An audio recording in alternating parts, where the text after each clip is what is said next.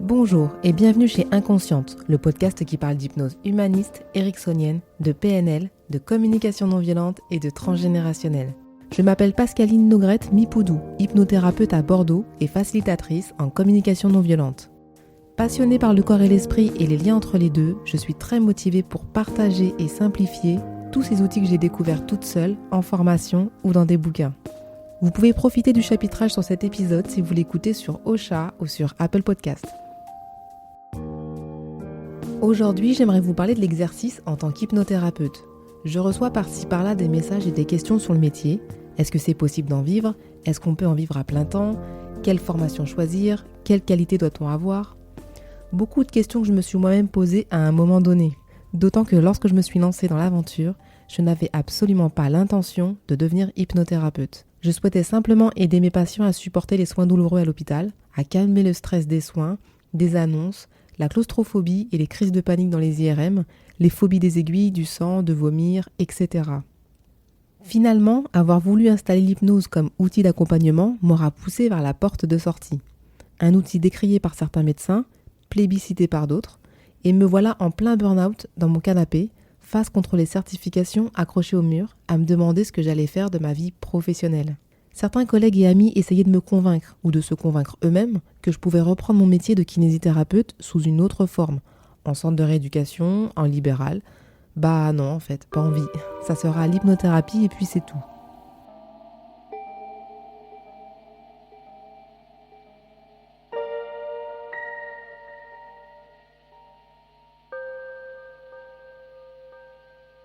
Quelle formation choisir ?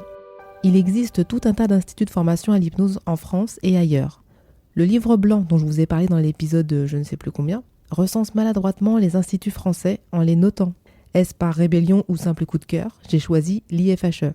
Rébellion car elle est notée à 0 dans le livre blanc de l'hypnose. Coup de cœur car j'ai écouté pas mal d'audio d'hypnose qu'Olivier Lockert a mis à disposition gratuitement sur son site et sur YouTube. Ensuite, j'ai acheté l'hypnopoche L'auto-hypnose pour débutants du même auteur, coécrit avec Patricia D'Angeli. Et j'ai appris l'auto-hypnose seule en 2014, époque à laquelle je ne pensais même pas à me former en institut. Le livre de Jean-Emmanuel Combes m'a également permis d'apprendre les techniques d'induction rapide. J'aurais également pu me diriger vers son institut, ce que j'ai fait par la suite en suivant la formation d'hypnose de rue sur 2 jours en 2018. Se lancer dans ce métier d'hypnothérapeute, c'est un peu comme choisir son hypnothérapeute, épisode 58. L'intuition doit vous guider pour faire vos choix. Et comme je le dis souvent, pour exercer son intuition, il faut de l'information. Et l'information, il faut aller la chercher partout. Que ce soit dans les vidéos, les livres, les avis, les réseaux sociaux, le bouche à oreille. C'est bien beau l'intuition, mais concrètement, pour trouver son institut de formation, choisissez un institut qui propose plusieurs niveaux en fonction de vos besoins. Une formation suffisamment longue. J'ai passé 45 jours en formation, j'aurais pu en faire 15 de plus pour valider le maître praticien, mais la vie en a décidé autrement.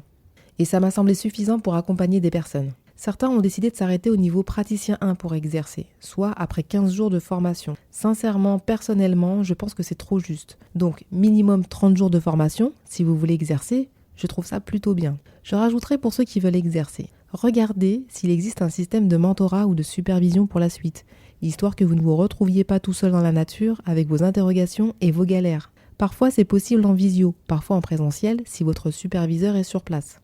Parfois, des modules de révision existent aussi, à faire absolument pour se remettre les idées au clair. Parfois, quelque chose que l'on n'a pas bien compris dans la formation initiale devient évident en révision plus tard. C'était mon cas aussi avec la question 4 de la détermination d'objectifs. Je la laissais vide alors qu'il y avait toujours un bénéfice secondaire ou une intention positive. Il faut juste la chercher et se laisser un peu de temps. Pour vous amuser entre copains, en famille, en solo, pour pratiquer l'auto-hypnose, entre 0 et 2 jours de formation, c'est parfait. 0 avec un bon livre sur l'auto-hypnose. Plutôt 2 jours en stage thématique ouvert à tout public. Auto-hypnose et confiance en soi, ou poids de forme, gestion du stress, hypnose de rue, avec street hypnose. Et après ? Je ne m'en doutais pas, mais après la formation, ça ne s'arrête jamais. Enfin, chacun fait ce qu'il veut, mais c'est comme les médecins ou les kinés qui choisissent de continuer à se former ou pas. Je trouve que ça ne donne pas la même implication avec le patient, ni les mêmes solutions. Je pensais que j'aurais tout le bagage nécessaire pour parer à toutes les difficultés rencontrées en séance. En fait, non. C'est pour moi le questionnement et la difficulté, dans la vie perso comme dans la vie pro, qui vient me chercher là où je vais pouvoir trouver de l'information. Et d'ailleurs, on n'est pas obligé de tout savoir à l'avance pour commencer sa formation. Olivier Locker dit « La vie est un jeu. Prenez-la comme telle et laissez-vous porter ».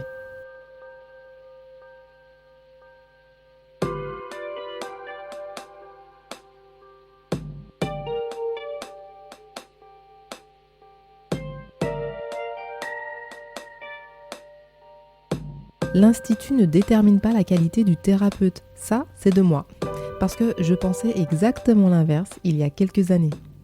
Je voulais être formée à l'université et avoir un diplôme universitaire d'hypnose médicale et thérapeutique. Et je pensais que ce sésame me protégerait de l'incertitude administrative du statut d'hypno en France. Je pensais que je serais protégée et reconnue par un institut qui dépend de l'État. Le jour où celui-ci décidera quel institut part à la poubelle et qui reste. La valeur sûre, quoi. Bon, en définitive, le niveau de connaissance et d'ouverture des formateurs m'a tellement fait flipper que cette soi-disant sécurité de l'université n'a pas suffi à me faire persévérer dans mes demandes d'inscription successives.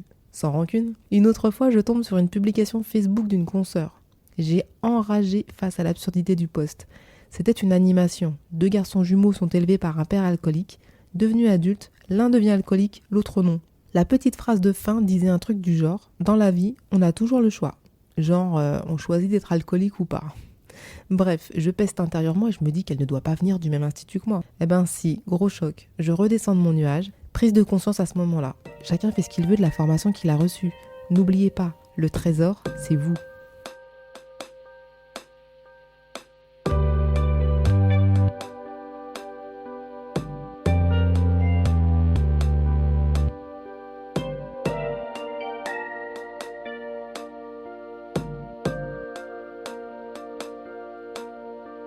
Est-ce qu'il faut travailler sur soi pour exercer ? Avec le recul, je dirais que oui. En formation, vous ferez beaucoup de pratiques, beaucoup d'inductions hypnotiques, et forcément, il y a des choses qui remontent à la surface. L'inconscient est trop content qu'on vienne enfin lui demander un coup de main pour faire le ménage. Et bien sûr, en formation, ce n'est ni le lieu, ni le moment. Pas le lieu car chacun est là pour apprendre. Pas la peine de pénaliser le collègue qui tente une technique pour la première fois. Pas le moment, car la quantité d'informations à prendre est assez gigantesque. Alors pas le temps de faire votre thérapie. Idéalement, on la fera avant pour aller chasser nos vieux démons, parce que si on ne les chasse pas, ils reviendront forcément à l'occasion d'une séance, avec les synchronicités et surtout les phénomènes de projection. Parfois, le bad trip survient à l'examen de la certification, comme pour moi. Il est alors temps de prendre soin de soi. Une formatrice m'avait dit à cette occasion qu'il fallait que je soigne cette blessure d'enfance, sinon j'allais avoir quelques soucis dans mon activité professionnelle. Moralité, la frontière est très mince entre le personnel et le professionnel. Je glisse donc naturellement sur le lieu d'exercice pour votre activité. Pour moi, pas de frontière entre le perso et le pro, car je travaille chez moi. Mais quand je dis pas de frontière, ça veut dire pas de frontière visible. Quand je termine mes consultations, je me retrouve chez moi et je dépose ce que j'ai entendu sur une feuille dans un classeur et le perso reprend ses droits. Parfois, je repense encore à vous dans ma vie perso, mais ni plus ni moins que lorsque je travaillais à l'hôpital. Peut-être même moins, car à l'hôpital, il y avait pas mal de décès d'adultes, d'enfants, de conflits entre collègues, avec les cadres aussi. Donc je reviens sur ce que j'ai dit. C'est bien plus facile d'être à la maison. Pensez aux inconvénients. Pour moi, c'est le ménage. Un peu compliqué à la reprise après le week-end, quand le perso a repris ses droits pendant 2 jours. Et puis pour mon fils, c'est aussi un partage de son espace à lui, à négocier donc, à organiser pour ne pas se marcher dessus. Autre inconvénient, il peut y avoir de l'investissement à faire. Fauteuil, canapé, chaise. Perso, après avoir pris des photos pour me rendre compte du potentiel de mon salon, j'étais catastrophée. Mais ça s'est révélé salutaire et ça m'a fait réagir. J'ai refait les peintures, changé les chaises, acheté un fauteuil, ajouté des rideaux et de la déco. Je sais que si je change de lieu d'activité, je perdrai cette personnalisation. Et j'avoue que je ne suis pas encore prête à travailler dans un espace qui ne me ressemble pas. D'un autre côté, si vous optez pour le cabinet privé, vous êtes tranquille sur plusieurs points. Premier point, le ménage. Il est limité à votre pièce, voire la salle d'attente. Mais rien à voir avec les taches de confiture sur le sol ou les coussins, les miettes de pain grillé dans la cuisine, etc. Deuxième point, une salle d'attente, justement. Moins de stress, car même si vous débordez, ça arrive parfois quand la personne précédente n'est pas bien, vous ne laissez personne dehors. Tout le monde est au chaud. Troisième point, en fonction de votre statut, le loyer est déductible de votre chiffre d'affaires. C'est quand même pas mal. Quatrième point, vous êtes tranquille et votre famille aussi.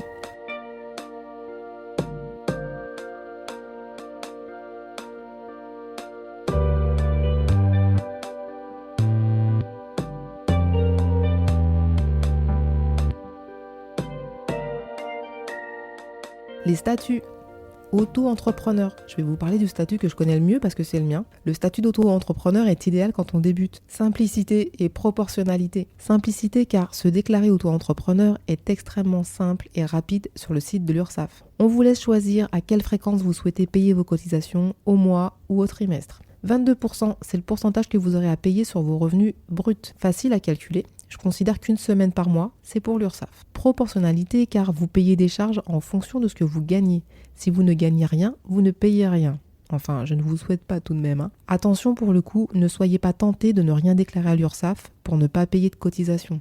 La profession est extrêmement surveillée et vous risqueriez de payer plus cher votre manœuvre. Sachez également qu'il y a un plafond du chiffre d'affaires à ne pas dépasser pour continuer à bénéficier du statut d'auto-entrepreneur. En 2022, il sera de 72 600 €. Je connais peu les autres statuts car je n'ai pas eu à changer depuis 2018. Sachez que l'avantage des autres statuts réside dans la déductibilité des frais professionnels.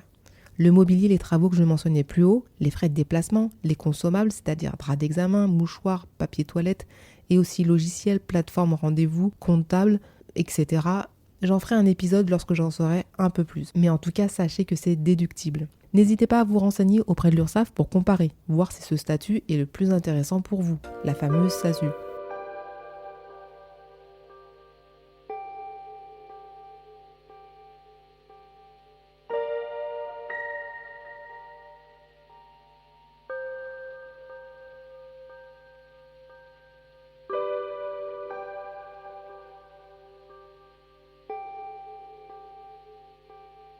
Les frais divers.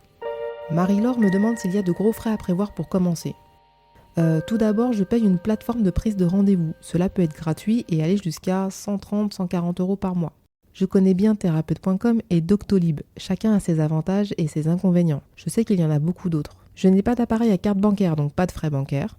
J'utilise des applications de paiement comme Lydia ou PayPal et je paye au maximum 5 € de frais par mois, à cause de PayPal principalement qui est plus cher que Lydia. En matière d'assurance retraite complémentaire, je suis allée du côté de Swiss Life, parfaite pour les indépendants et je paye environ 40 € par mois.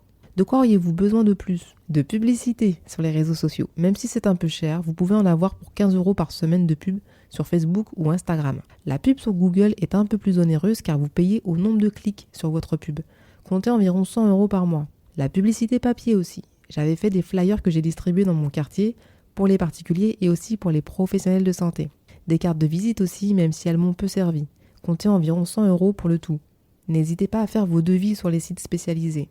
Je m'offre chaque mois un forfait premium sur Deezer pour avoir de la musique sans pub et hors connexion pour mes séances. Pour ne pas être dérangé en séance, ça me coûte 9,99 € par mois.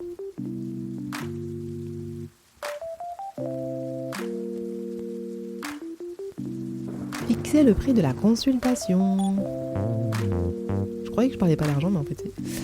Je remercie encore Marie-Laure pour ces questions et je vous en cite une première. Combien d'heures de consultation par mois faut-il faire pour arriver à rentrer dans ses frais et se verser un salaire correct? Tout est subjectif, vous le savez tous. Il est important que vous puissiez poser votre objectif, comme si on faisait une détermination d'objectif. Je vous renvoie vers les épisodes 11 à 16.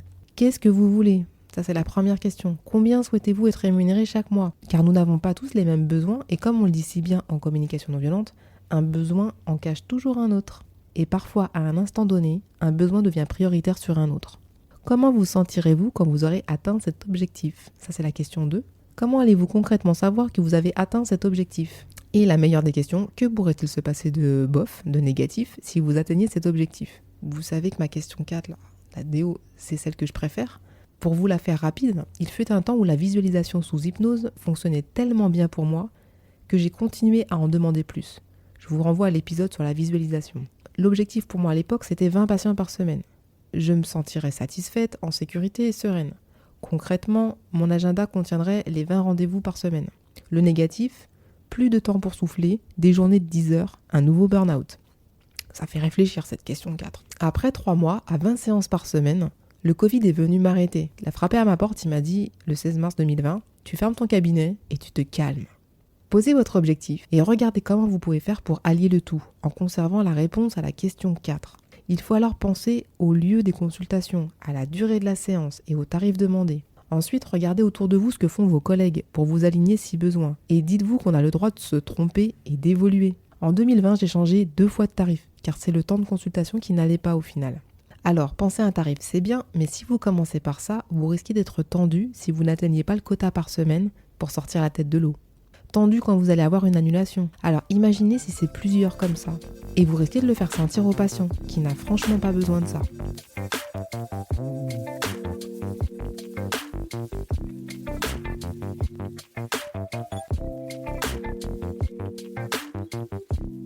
Combien de temps faut-il compter pour établir sa clientèle pour pouvoir en vivre ? Ça s'appelle une question pépite. Elle m'a bloqué au début de mon activité, car je croyais avoir la réponse. 1 an. Cette réponse ne me convenait absolument pas, étant donné que je venais de démissionner de mon poste de kiné fonctionnaire, plus de salaire dans 3 mois, pas de chômage, car démission, c'était le grand saut quoi. J'ai trouvé un filet in extremis, la CAF, la caisse d'allocation familiale. Donc, je me suis vite rendu compte que cette réponse n'était pas la mienne et que cette croyance s'était installée au cours de ma formation. Léon dit, il paraît que, et blablabla. J'ai donc démonté cette croyance et je crois vous l'avoir partagée sur YouTube en vidéo. J'ai pu être autonome et ne plus dépendre de la CAF au bout de 3-4 mois. Mais j'ai mis en place tout ce qui était possible et inimaginable. Une autre question qui est tombée, c'était ma plus grosse crainte, c'est que je suis sensible et je peux pleurer devant une situation très triste de la vie.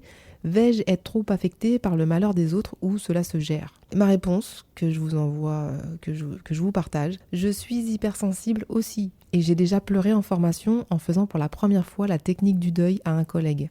Et je pleure encore en stage de communication non violente, tellement je suis entourée de bienveillance. L'émotivité peut se calmer si tu as en tête quelque chose de plus grand. Aider les gens, car on ne peut pas les aider à remonter si on est au fond avec eux. Et en même temps, on est humain. Si on est touché, on est touché. Selon moi, rien de pire qu'un thérapeute froid. Rester toi-même, c'est aussi offrir à ta future patientèle qui tu es. Car le choix d'un thérapeute se fait toujours au feeling.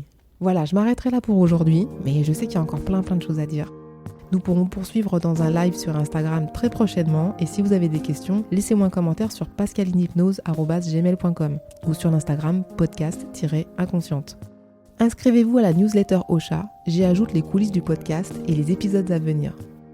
Soutenez le podcast afin qu'il soit écouté par le maximum de personnes et partagez-le si vous pensez qu'il peut faire du bien à quelqu'un. Pour prendre rendez-vous, vous me trouverez facilement sur Doctolib. Vous pouvez également me soutenir en allant sur la plateforme Tipeee pour que je puisse améliorer la qualité du podcast. Et si vous écoutez ce podcast sur Apple Podcast et Spotify, foncez mettre 5 étoiles et aussi un avis, car c'est quasiment le seul moyen de sortir du lot. Je compte sur vous, merci et à très bientôt. Entre parenthèses, quand j'ai relu le script de ce podcast, je me suis dit non, j'ai pas tout fait. Parce que j'ai vu des hypnothérapeutes qui se foutent quasiment à poil quand même pour avoir des abonnés. Donc non, j'ai pas tout fait. Mais comme quoi, j'ai pas eu besoin de me mettre en soutif et ça marche quoi.